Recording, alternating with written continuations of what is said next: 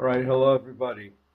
So it's been a while since we did a detection talk. I know to really be a good YouTuber, I think we're supposed to do a video a week or something. Well, I don't want to waste people's time.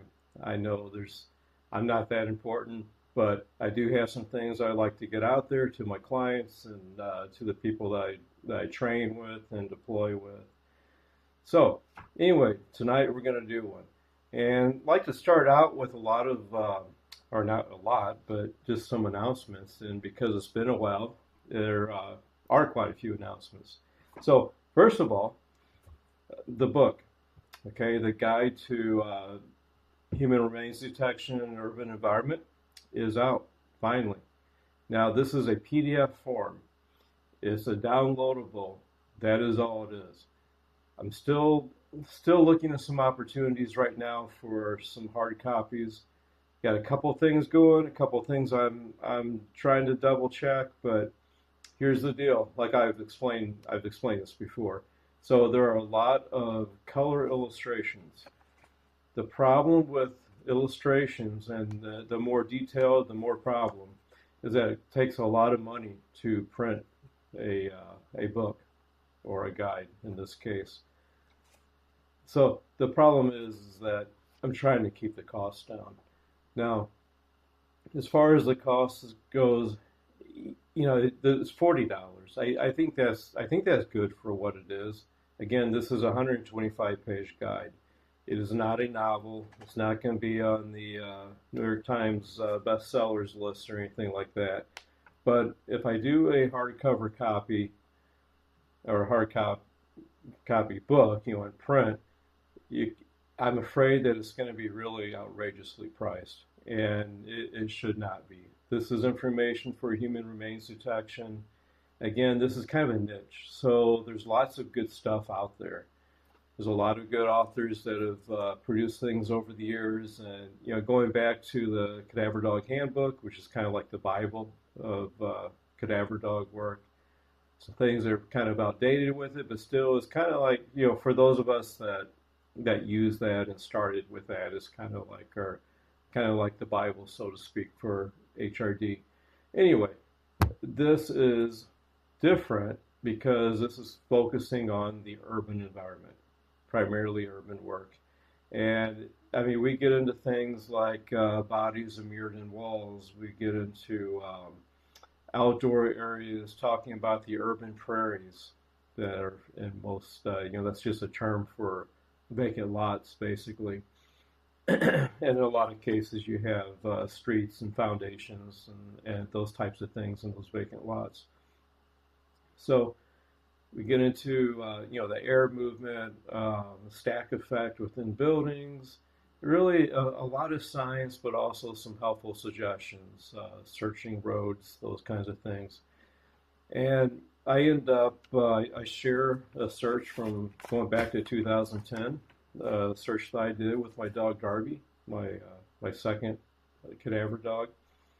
And in that search, it's not just, I mean, it is kind of an interesting story. There's a lot of, I don't want to ruin it here, but there's some unexpected twists to it, you might say. But at the same time, it's not just a chance to tell a war story, because us cops, we're pretty good. You get enough of us together in one place, we start talking, we start telling stories. But that's not the purpose. The purpose is the debrief after that. So I'm going to, I go through it, and then there's a debrief after on all the lessons learned. And when you look at it, you will see that yes, there are some lessons that were learned. It was quite the eventful thing. Again, I don't want to ruin it though. So it is what it is. But I want to let you know that it's finally available. It's finally out there. But again, it is a downloadable PDF, which is not something that's super fancy. Okay, I realize for you ebook readers using ebook reader programs, this is a PDF. And again, part of the issue is the illustrations. So some of the reader programs will can distort the illustrations and mess things up. So I promise you, next book I do is not going to have a million illustrations. It would be much simpler. I've learned my lesson on that part, but I do think they're important. So anyway, moving on. Around the end of March, I had my Human Remains Detection CSI class. This is something I've done a number of times, and here in the St. Louis area. And basically what it is it's a lot of what we believe to be low odor availability. We also do work blood. So with blood, if you don't work it, you can have problems, especially if it hasn't aged very much. And just so you know, you're not supposed to freeze blood. It can change I'm told that it can change the composition. So I have, with the help of some medical personnel, I rolled my sleeve up and had many volunteers roll their sleeves up, and we had lots of blood in various stages of age. I also have stuff from my last couple years of the CSI seminar. So we have some very aged blood, and then we have some really some stuff that's only a few days old. But anyway, with the a guy named Doug Weiss from Doug's Farmers Market in Collinsville, Illinois. He owns a lot of property. He helped us out with a duplex and with some different businesses. It was really good. And then the other is Madison County Transit. They helped us use Madison County, Illinois Transit. They were very gracious and let us use a house that was just phenomenal. And we had that house to train in for an entire day. And it was really good. And I do want to say this, the highlight of all of it is that one of my handlers on the team that I manage, can't give any details, but he had a find, a forensic crime scene find, something where there's no visual evidence whatsoever, and confirmed to be hot. That was about 12 days after the seminar. So that was kind of cool. It's always neat whenever you have a little victory, and I live vicariously through my students. So that was really fun. That was good. After that, so going into the beginning of April, we had our Ampwada police seminar in St. Louis, and that was good. I was told, I don't know for a fact how many people there were, but I was told there's approximately 80 teams, and that's a lot. That's a lot to manage. We had sponsored by the St. Louis Metropolitan Police Department. We had some good handlers helping with that, and really good training. Of course, we had Brian Dowdy running it from Dowdy Dogs here in the St. Louis area, and it was really good. I did the firearms detection part of it. So moving on, again, these are announcements here. Gateway Search Dogs, my team here in St. Louis, been busy. We've had some good searches, really good searches. I wish I could give details and give debriefs and talk about how we apply lost person behavior and how great things work out, but I can't give those details, and I think everybody can respect that. Also, my online store, and I'm going to give that web address in a second here. It would be kind of good to know where stuff is available at. But I also have some illustrations, if you will, or graphics, I should say, for my firearm detection people, where we talk about finishes and with our guns. Now we know that the science, if you follow Dr. Tiedemann out of Texas Tech University, and of course Cameron Ford does a lot of work with this, and the two of them work together. We know that two things. So gunshot residue, big, and also the human scent component are two big components with firearms. But we don't totally know everything involved in it. And so gone are the days of training on smokeless powder. all right, a raw smokeless powder. I think gone, those days were gone a while back, but hopefully people aren't doing that specifically for gun detection. So you want to do the gunshot residue, and we know from the science that there's a human scent component on it. Now, for me, I personally try to leave that human scent component off quite a bit because I don't want, I'm not training my dog to do a simple article search. All right, it is truly a gun detection dog, and for me, I end up doing, well, the searches I get called for usually they're aged, so sometimes a week, sometimes a month. Basically when the article search dog can no longer do it because it's been exposed to the environment for days or weeks, then that's whenever I come in with my firearms detection dog. Anyway, for that reason, I try to leave the human scent component off. I try to eliminate as much as possible. It's impossible to completely eliminate it, of course, because we have skin rafts and so forth that are hovering around us almost, if you want to think about it that way. And they do get contaminated, but I try hard to keep the human scent component off for that reason. But anyway, so all that to say that I have some graphics, and it gets into a lot of things that we don't know if the dog is, if it's truly part of the scent picture or not. But we got like the coatings on the firearm.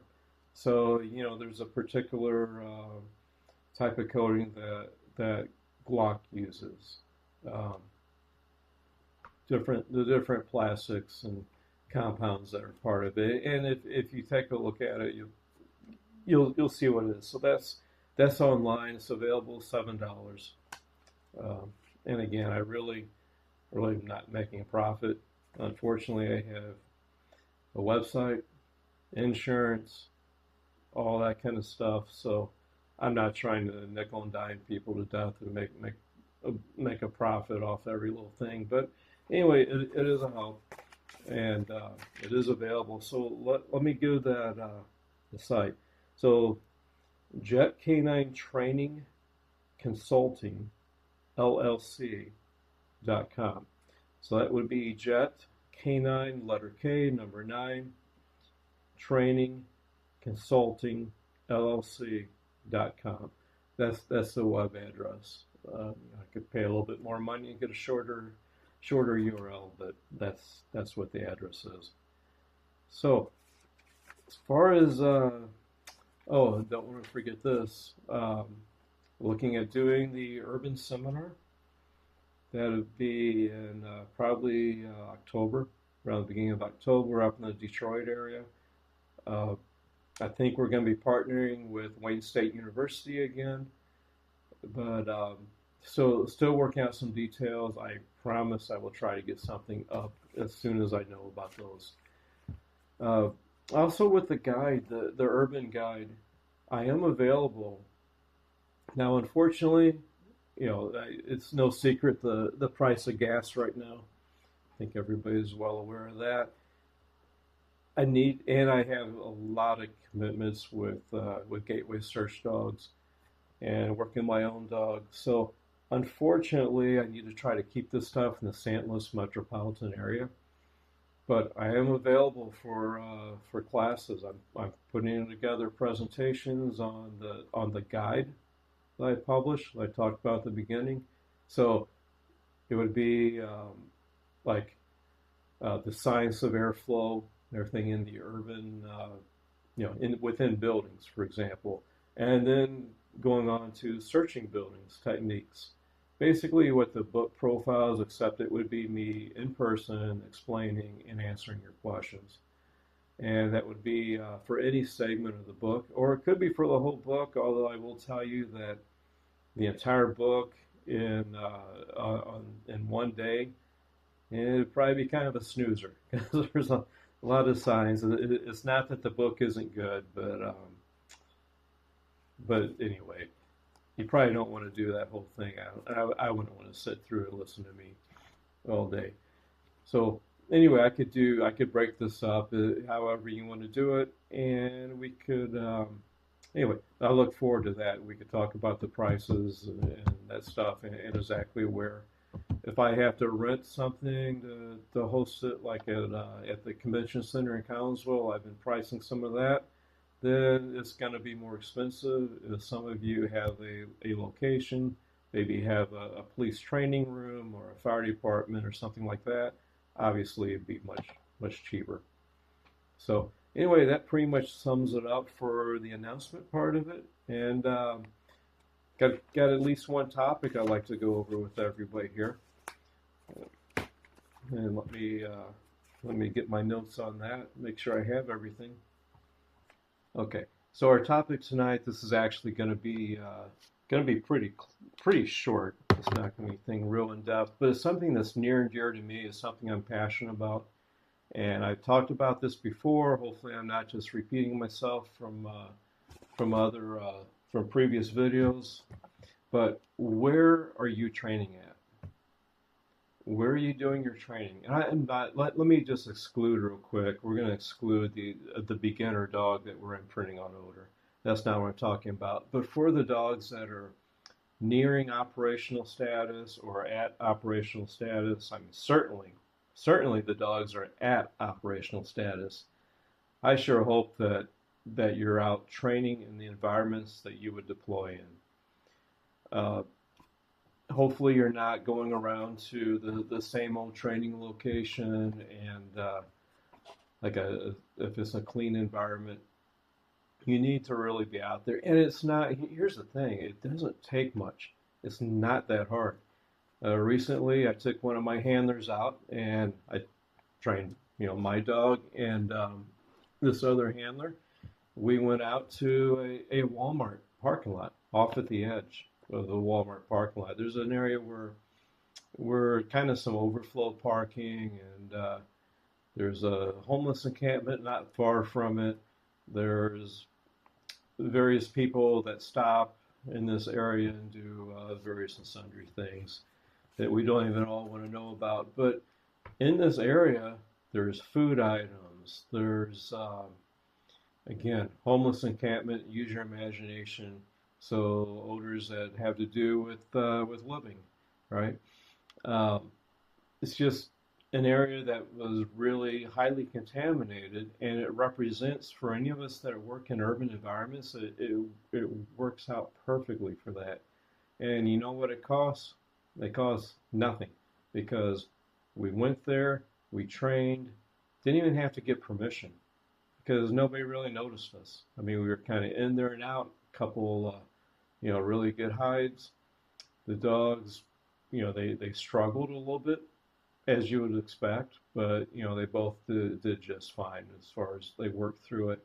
But that's the kind of stuff that you have to be doing.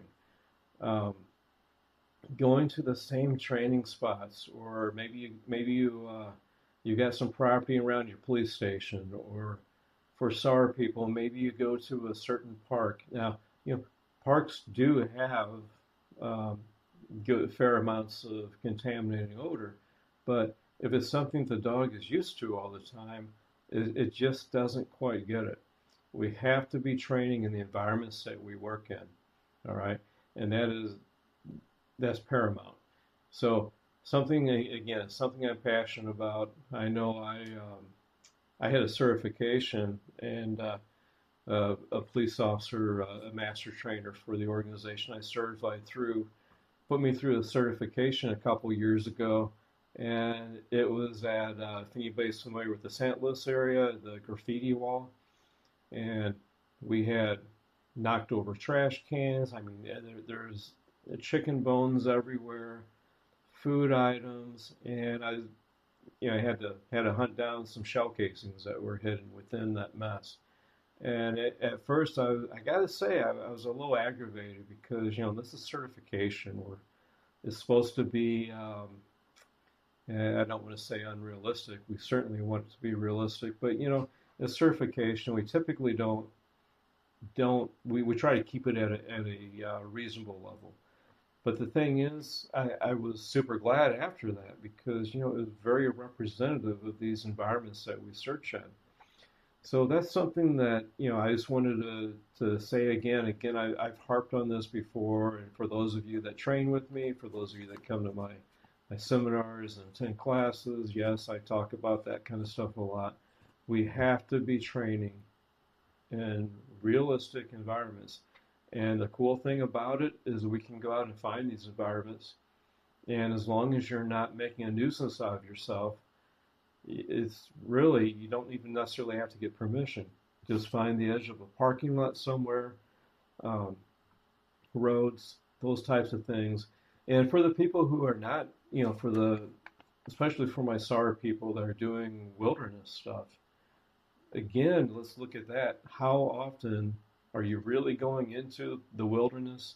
Are you really going into the backcountry? Are you putting your gear on? Are you carrying everything? So we had a. Um, this is not exactly dog training, but it would totally relate.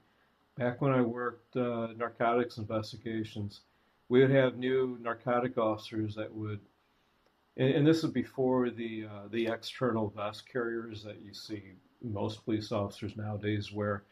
Back before those were super popular, they would come to these tactical units and narcotic units, those types of things, and they would wear, they would buy extra gear. And I would always tell people, hey, before we do a jump out where you're going to jump out of the back of a van and tackle somebody after a drug deal, I'd be like, make sure your stuff's secure. Jump up and down, make sure stuff's not going to fall out. Well, guess what happened? Every time, like clockwork, a new agent jump out of the van and they, running somebody down, and what do you think's happening? Handcuffs, magazines, cell phone, everything's falling off of their vest because they didn't properly test their equipment. So now to take this and relate this to, we could relate this to the police canines, certainly, with officers, but usually that's something that they take care of pretty quick. But are some of our SAR people, you're buying tactical stuff, stuff to hold all your equipment, your water, your first aid, all that kind of stuff that you're going to need, your navigation equipment, everything you're going to need to go out into the woods. Are you testing that stuff in your training? First of all, do you know that you can carry it all? Do you know how far you can carry it? Because I know new handlers, they often have a lot of stuff, and then for those, I'll kind of sit back and watch, and the ones that, once they've been out a few times, their supplies start getting less and less because they start getting very weight conscious all of a sudden, and that's because they have some real experience with doing this by the time they've been out a few times with their dog. But this is the time to practice. Find out, during training, find out how your gear works. Are you carrying too much? Are you not carrying enough? We had a time over the winter where we had to cancel training once because we had snow and ice coming in. And again, not that we don't deploy in those environments, but it was one of those things where we have people spread out pretty far. I didn't want people getting hurt making the long drive in. So what I did is I gave homework assignments. I said, first of all, a good time to charge your equipment because in cold weather, your things that have batteries, it runs down faster. But we had some new coats that we issued to everybody, and I told them, go out there, wear your new coat, figure out how warm it is or not, figure out how many layers you need to wear underneath for the specific temperatures, and that way you're going to be ready for whenever you have to deploy. And hopefully people did it, but those are just some things. So your equipment you wear, your clothing, you have to go out there and train in the environments that you're going to work in, so you see how everything works, right? Should be pretty simple, but it amazes me sometimes when I see how people train, and it's like that just doesn't look like the environment that you actually work in. And the other thing is, keeping track of our search times. What's your average deployment? If you're typically going out and searching 5 to 10 acres, which is common in the SAR world, if you're doing that, but yet your training is always within a quarter of an acre, and the dog's finding something after 3 minutes. I mean, come on, let's be realistic. You need to go out, and your environment needs to match what your deployments are, and that goes for your search duration, how you work the dog. Right now, I'm using. Some of you may have seen on some of my short videos on my channel here that I've been acclimating my dog to the rec specs and it's not for the UV protection. In this case, it's because my dog has to traverse a lot of dense brush. So I'm working that angle with the dog, and we have to work on those kinds of things. We have to acclimate the dog, and she's getting the hang of it. It caused a little bit of issues with searching, but anyway, training with your gear on, your GPS equipment. We recently went to the Alpha 300s, and it works different than the Alpha 100. I love it. It's great, but I have to go out and use it a lot. So even just simple runs with my dog, even when I'm exercising my dog, putting that collar on there, getting used to it. So we don't want to. The bottom line is we don't want to try new equipment, new clothing, or new gear. We don't want to try that on a real deployment. All right. So again, just in a nutshell, going out and finding those realistic environments. And one of the neat things to do sometimes, if you have somebody to work with you, this is awesome. What people can do is go out and they put a source out for you, and then they text you the address, and then you respond, and it's just like a real call out almost. And these are all environments that the dog hasn't seen before, locations the dog hasn't seen, and it's just kind of a neat way to do things. So anyway, hopefully I haven't bored everybody. Again, I don't like long videos, so I'll try to keep my video as short as possible here. And, good luck with your training, and see you in the next one.